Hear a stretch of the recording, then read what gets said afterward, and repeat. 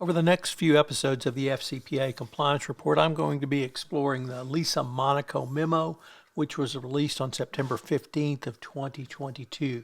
In today's episode, I visit with MoFo partner and former DOJ FCPA Unit employee, James Koukios. Hello, everyone. This is Tom Fox back for another episode. Today, I'm thrilled to have back with me James Koukios, fellow U of M grad, Go Blue. Go And we're Blue. going to talk about the Monaco Memo. Say that 3 times quickly and see where you end up. James, first of all, welcome back. Thanks, Tom. Thanks for having me.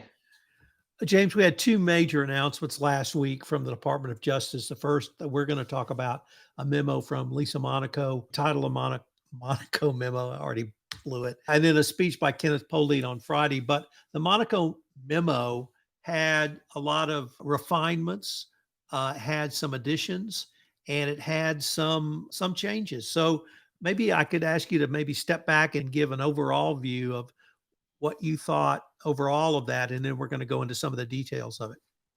Sure. So I'd say two big reactions to it, Tom. Number one is I think it's great when the department puts out a memo like this that lays out very clearly what expectations are.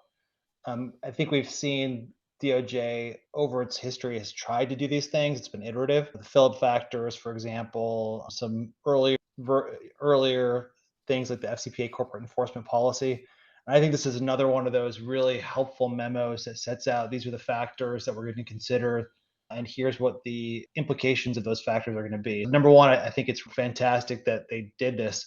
Number two, this is a lot. I think that there's a lot more in this memo than there have been in some recent memos. It really does seem to institute a lot of changes, both at the high level and at the more granular level as well. So I think it's a very impactful memo that practitioners, compliance officers, people dealing in this space really should spend time reading and understanding. So let's maybe start with the memo is very well organized, I would say, and a clear first emphasis on individual accountability. What changes or even perhaps more importantly, refinements, James, did you see that the Monaco memo pointed towards greater individual accountability? Tom, I think you used the right word, refinement. The Monaco memo is more of a refinement of individual, the emphasis put on individual prosecutions as opposed to a major change. I think I'm a former prosecutor. We always wanted to go after individuals. I understand there was some question about that after the 2008 financial meltdown, and the Yates memo in 2015 was a reaction to that. But in terms of the big changes, I see this more as a refinement or a tweaking to the Yates memo as opposed to anything incredibly new. And I think a lot of it also reflects current practice. So, for example, one of the big things the Yates memo had said, to get full cooperation credit, you need to provide all relevant information about all people involved in potential misconduct. And that's not really different here.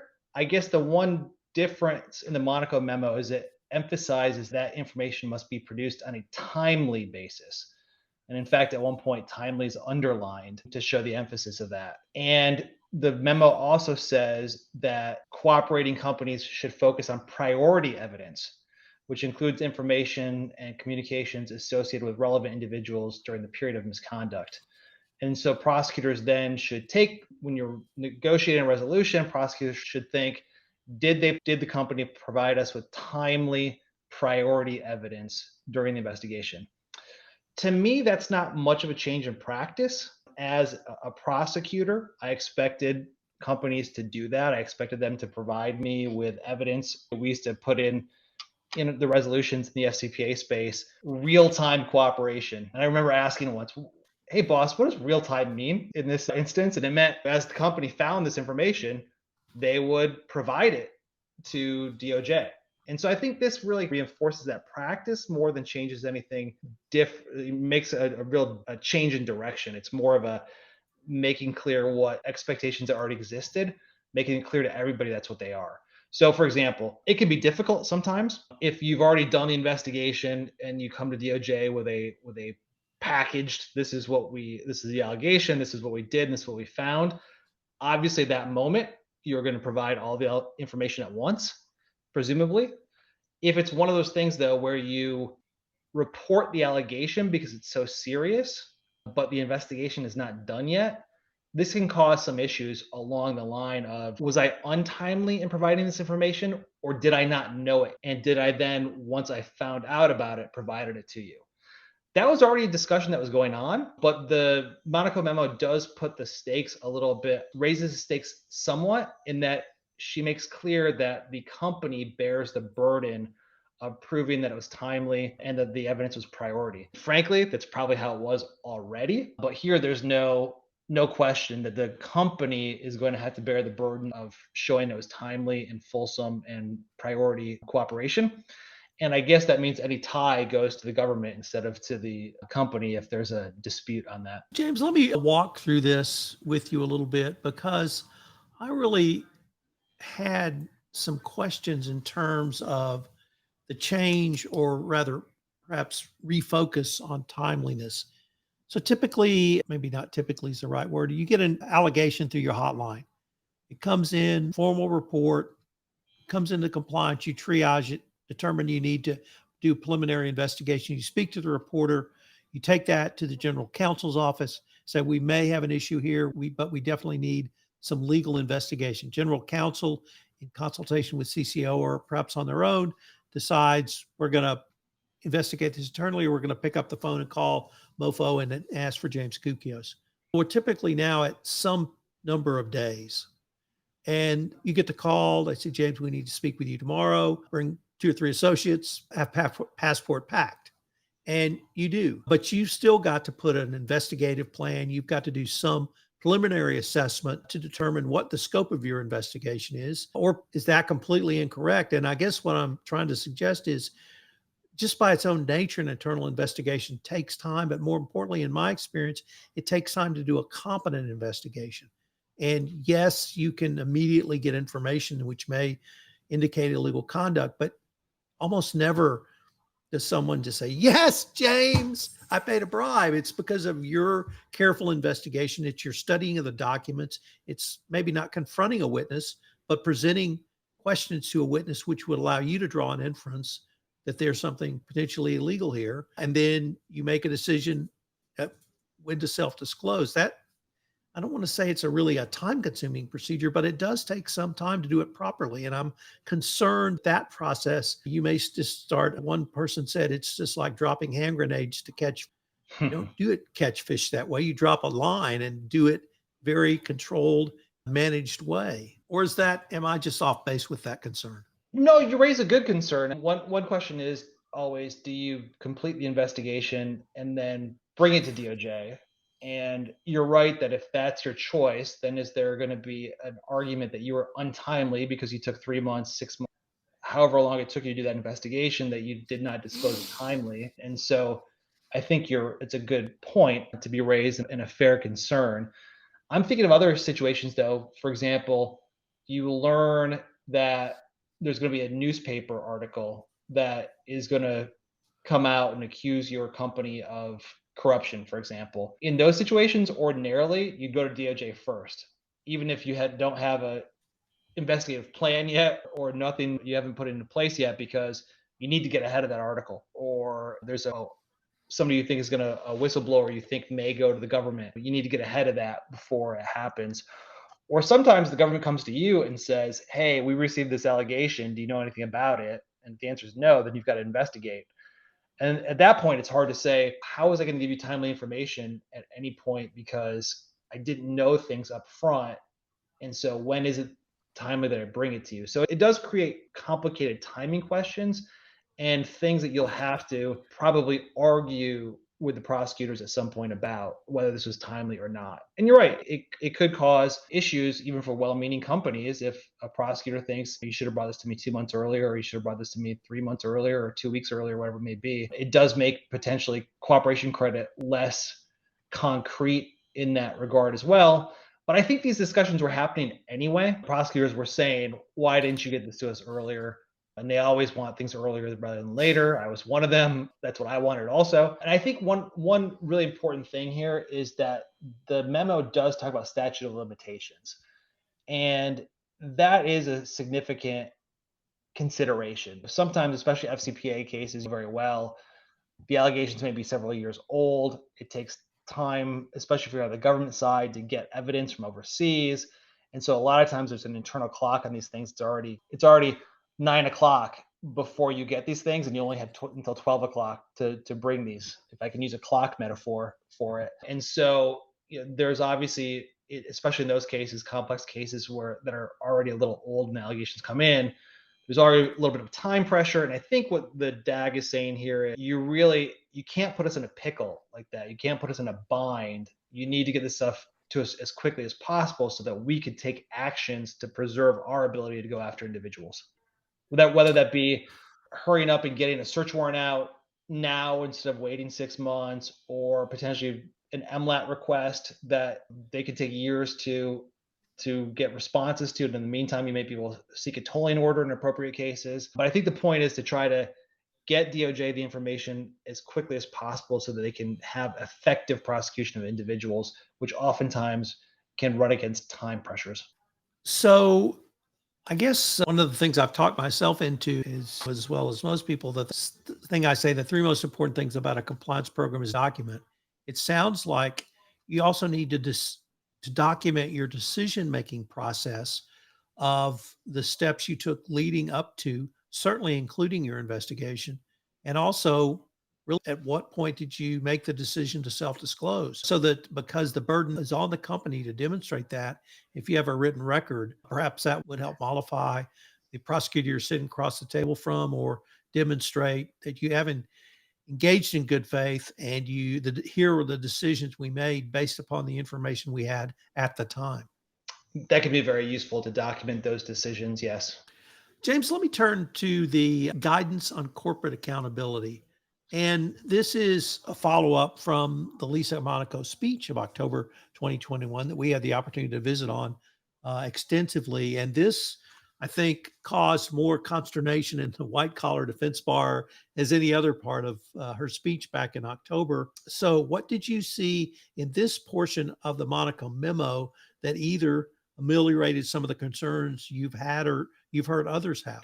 Yeah, I think we talked about it back in October, Tom. I thought that the discussion of corporate recidivism was the most significant part of the DAG's October 2021 speech, really because this was an issue that companies always wrestled with. If we had a prior antitrust problem, or if we had a prior environmental problem, but now we have an FCPA problem, do those count? Are we going to be looked at less favorably, or is it because it's a completely different subject matter? It's like a restart. And the DAG wasn't very clear in October of 2021 exactly how that was going to happen. What factors were they going to evaluate? How are they going to look at those different areas? Things like that. She said it didn't matter. It didn't have to be the same subject matter, but what does that really mean? If you've got an environmental matter, is it really at all relevant to an FCPA matter? It's hard sometimes to say it does. And so people were wondering exactly how she was going to weigh that, how prosecutors should weigh that, what was going to happen. We've seen over the last couple of months a couple FCPA enforcement actions, for example, that have dealt with that have said, for example, that civil resolutions were of less weight than criminal resolutions. So that was a data point. And I'd expected that it would just play out over time through enforcement actions. We'd be able to glean these things. But I think what this memo really does, it actually takes that on directly and has a very nice discussion, I think, about how prosecutors should look at these things. For me, the most important sentence in this section is that not all instances of prior misconduct are equally relevant or probative. And then it goes on to discuss when prior conduct will be more relevant and more probative, and when it will be less relevant and less probative. And they make sense. The things that the factors that then follow that, to me, make a lot of sense. So, for example, recent U.S. criminal resolutions are weighted higher than old non-U.S. civil resolutions. That makes complete sense to me. I think that it's also helpful to a company trying to decide, what is my prior history how is it going to affect my resolution? Similarly, prior misconduct involving the same personnel or the same management is going to be weighed more as more probative or more relevant than something that's very old and involving different people. So to me, this is an extremely important part of the memo that I think is going to be very helpful for companies and practitioners in trying to decide what type of penalty the company might face. And importantly, especially for me, what the dialogue is going to be with prosecutors when you're trying to resolve a case. Right now, at the end of when you're done investigating, when all that is dry and it's time you're going to have a resolution with DOJ, the last several months is a discussion about compliance programs and the Philip factors. And usually that Philip factors presentation in particular, you actually take the Philip factors and you do a PowerPoint and you say, here's factor one, here's how we line up against it. Here's factor two, and here's how we line up against it. I think you're going to see a very similar dialogue now and a very similar process now for prior misconduct history for a company. You're going to have these factors laid out and you're going to say this weighs in favor of us, this weighs against us, and you're going to have a submission probably to DOJ that deals with these factors. And I think that's really helpful because we now have a common dialogue with prosecutors to say, hey, it's not us saying this doesn't matter, or it's not us saying this does matter. It's your boss, the DAG, is saying this. We have a common language. Let's use it. Let's talk about it and figure out how our prior history should factor into this resolution. So for me, this is probably the most important, if at least certainly one of the most important parts of the memo. So, James, within the context of corporate accountability, I really heard two different types of accountability. One was prior misconduct, but you also mentioned the management team. And I'm going to really expand that to compliance culture or corporate culture or practices, because I saw some very interesting and I thought significant language in one paragraph. And I think it's so significant, I'm just going to read it. It says Department prosecutors should also evaluate whether the conduct at issue in the prior and current matters reflects broader weaknesses in a corporation's compliance culture or practices. One consideration is whether the conduct occurred under the same management team and executive leadership. Overlap in involved personnel at any level could indicate a lack of commitment to compliance or insufficient oversight of compliance risk at the management or board level. Beyond personnel, prosecutors should consider whether the present and prior instances of misconduct had the same root causes. Prosecutors should consider what remediation was taken to address the root causes of prior misconduct, including employee discipline, compensation clawbacks, restitution, management restructuring, and compliance upgrades. It would not be unusual to have the same executive leadership or board level leadership on an earlier action, whether it was FCPA or other. So that was one thing I wanted to ask you about. And it also really went down into the kind of the weeds by talking about employee discipline, compliance clawbacks, restitution, management restructure, and program upgrades. Is that something typically you would look at? And if so, how would you do it? Yeah, I think this is very interesting, Tom. Good point that you raised this. I think what they're really getting at is this a company, going back to all the recognition that DOJ and SEC also have had that even the best compliance program can't catch everything. Is this a situation where you just had a miss despite your best faith efforts? Or is this a company that really has a more ingrained problem? So I think, for example, that's one of the reasons to look at the management. Is the reason the company is having this problem again because they have bad management who doesn't care about it? Or is it actually they have good management that despite their best efforts, it's fallen through? Same thing for root causes. One of the worst things that any prosecutor can see happen is you resolve something with a company, and let's say it's not throwing the book at them, it's a deferred prosecution agreement or a non-prosecution agreement, and then they come back in front of you with the exact same problem. That's embarrassing personally, but also programmatically. What we tried to do did not deter crime. And so that's why looking at the root causes, did the company already know they had this problem? Did they look into it and did they do something about it?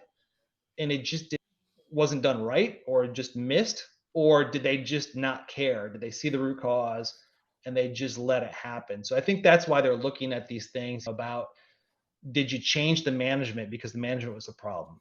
Did you discipline the employees because the employees were the problem? Did you do the compliance upgrades that you needed to do because of these problems? And I think, so to summarize, I think what they're really getting at is this a problem in the company's culture, or is it just one of those situations where they have a good culture, but you just can't prevent everything from going wrong? James, all of this really leads to my next series of questions, but it's also the next section in the Monaco Memo, and that's about self-disclosure. I often hear people like you and corporate compliance professionals say that the decision of whether or not to self-disclose is one of the most difficult that they could face. In the context of the Monaco Memo, if a company does have a prior FCPA violation, is the decision now even more difficult on whether to self-disclose, or do you incentives baked into the Monaco Memo, which would at least allow you to consider recommending a self-disclosure for a company that will become a recidivist? First, I agree with you 100%. Self-disclosure is probably the hardest question that any company can have, because once you self-disclose, you lose control over the narrative and you lose control over the investigation, and people can start digging places you didn't expect and finding things that you didn't expect, and it's very difficult. On the other hand, DOJ says there are real benefits to self-disclosure, and so you don't want to miss out on those as well. So it's a very difficult calculus to make. For FCPA, I don't see the Monaco Memo changing things very much, because really because the FCPA corporate enforcement policy is already in place and already sets out a system to try to reward self-disclosure. And the Monaco Memo really is saying for other DOJ components who don't have something like the FCPA corporate enforcement policy, or who don't have something like the antitrust division's policies, you need to put something in place, and you need to make sure that there is a tangible benefit to a company for self-disclosing. So I guess if you're asking about FCPA in particular, I see it as an equipoise. I think this is really potentially going to be a bigger deal if you're dealing with a non-FCPA, non-antitrust. Also cited in the memos, the National Security Division's policy on export control and sanctions enforcement, and the ENRD factors and decisions on criminal prosecutions. If you're dealing with a subject matter outside of FCPA, antitrust, export control, or environmental regulation, then I think it might have a very big impact on self-disclosure. The big question, Tom, I think, and it goes back to my original point, is, are the incentives ever going to be enough or clear enough for a company to say self-disclosure is the way to go? And sometimes it may be, but like the FCPA corporate enforcement policy, this policy leaves caveats for aggravating factors. And just like the FCPA corporate enforcement policy, it says that there will be a presumption that the department will not seek a guilty plea when a company has voluntarily self-disclosed, fully cooperated, and timely and appropriately remediated the criminal conduct, absent the presence of aggravating factors. And that you need that in our system. You need to have that caveat. We don't have a strictly rule-based system where, if X, then Y. We have a system of prosecutorial discretion that involves factors, and we try to calibrate in our system, for better or for worse. We try to calibrate each case on its own merits.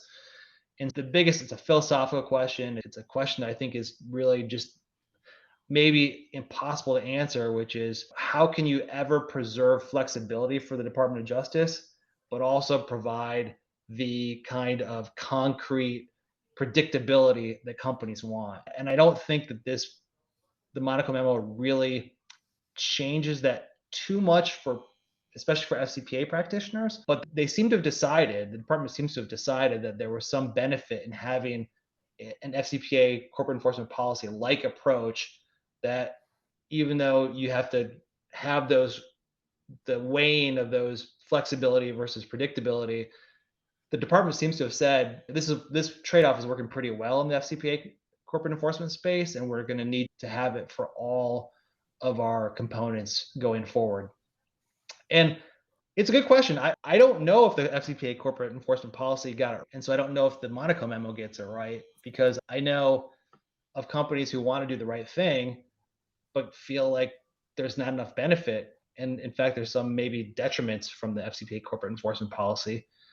The preliminary discussion in this memo says that DOJ talked to parties, that they discussed these issues with public interest groups, with consumer advocacy organizations, with compliance and ethics experts, with academics, with audit committee members, in-house attorneys, and former corporate monitors. And presumably they received positive feedback on. I'd really love to see some kind of more rigorous academic type analysis of what impact this has actually had and whether this is going to impact it going forward. I don't know if you can do that because there's so little data really, but maybe some kind of survey of general counsels and compliance officers and CEOs to see what they think. But DOJ seems to have felt that trade-off they have now is a good one, and that they need to do it for all kinds of crimes, not just the FCPA. James, the next area I wanted to explore with you is the remarks around the evaluation of companies' compliance programs. And there's a reiteration of the factors that were articulated in the evaluation of corporate compliance programs document and the update. So I don't want to focus on those, but there were two ones that were specifically emphasized. And the first was compensation structures that promote compliance. And then the second was use of personal devices and third-party applications. And I wanted to start with, did you see anything new or different in either of those? And what intrigued you the most about DOJ raising those 2 points? Yeah, so DOJ has said for a long time that you need to focus on both disincentives and incentives for proper behavior by employees. So you either punish bad behavior or you reward good behavior. And they say that again in this document. The one really big focus in this document is on compensation clawback provisions. And to me, that's new. Not that it's never been discussed before, but the amount of emphasis that this memo puts on compensation clawback provisions is really striking. And so there's a clear preference now that DOJ is articulating, that they want companies to put into their employment agreements or compensation agreements that there can be clawbacks for illegal conduct. And DOJ seems to see that as a powerful disincentive to illegal conduct. Interestingly to me is that this is not going to be the last word on this topic, because the memo also says that the DAG has asked the criminal division at Main Justice to develop further guidance by the end of the year on how to reward corporations that develop and apply compensation clawback policies. And the idea here is to shift the burden away from shareholders to employees who are more directly responsible. So I think in some ways, there's a clear preference now. DOJ is saying, we want you to have clawback provisions, but there's a little bit of a stay tuned. We're going to give you some more guidance on what we expect and how that will be rewarded going forward. So I don't think we have the last word in this story quite yet, other than start thinking about clawback. And then the thoughts around personal devices and third-party applications. Anything new or different? Yeah, I thought this discussion on the use of personal devices and third-party applications was very helpful from a compliance perspective. When the FCPA corporate enforcement policy first came out a couple of years ago, there was a very black and white. It was almost a thou shalt not allow thine employees to use personal email messaging devices. And I think quite rightly, there was a lot of reaction to that, especially in some countries with China, Brazil. Daily life is conducted on third-party messaging platforms, and saying that they're off limits is really impractical in some places. And so there was some pushback, and to the department's credit, to the criminal division's credit, they backed off on that a little bit and said, okay, but you still need to do something about it. I feel like this Monaco memo actually gives a pretty concrete baseline of what companies should do. And just like you read earlier, Tom, I'm gonna read from it here because I think it's very helpful. It says, as a general rule, all corporations with robust compliance programs should have effective policies governing the use of personal devices and third-party messaging platforms for corporate communications, should provide clear training to employees about such policies, and should enforce such policies when violations are identified. So we have a pretty clear baseline here. You need to have a policy. You need to let your employees know what that policy is, and you need to enforce that policy, which I think is actually a pretty realistic and helpful standard to set out that was lacking before. I think it still leaves some room for companies to take a risk-based approach to see how their company actually uses devices and messaging systems.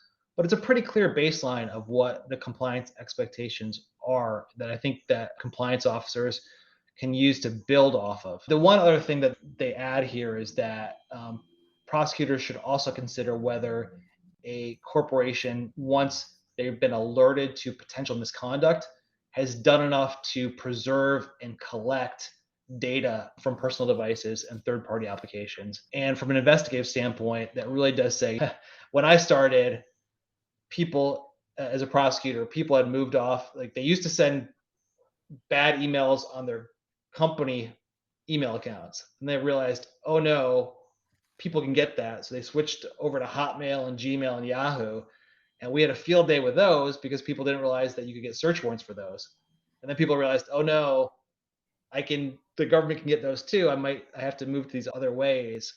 And I think we're in a world now where people use personal devices, they use third-party messaging, both to commit crime and to do daily business and daily life. And this is a recognition that it's not enough in most cases, probably in DOJ's opinion, to just collect emails and just collect company side stuff, but you need to consider and think about, hey, do I also need to preserve and collect personal device data and third-party data? Again, easier said than done. Things like Signal and Snapchat and things like that may not be possible still, but DOJ is making it clear that this is something that you need to consider when you're investigating a potential allegation of potential misconduct. Well, James, unfortunately, we are near the end of our time for this episode, but I wanted to thank you for taking the time to visit with me. We're going to link to your profile on MoFo in our show notes if anyone has any questions or wants to follow up. And I think this is something we'll be talking about down the road. I think you're right, Tom. Thanks for having me on to talk about this really important memo. This is Tom Fox again. Thanks so much for listening to this special episode of the FCPA Compliance Report, focusing on the Monaco Memo. I hope you'll join me in our next episode where I visit with Affiliated Monitor's founder, Vin DiCiani, about the monitor component of the Monaco Memo. Say that quickly 3 times.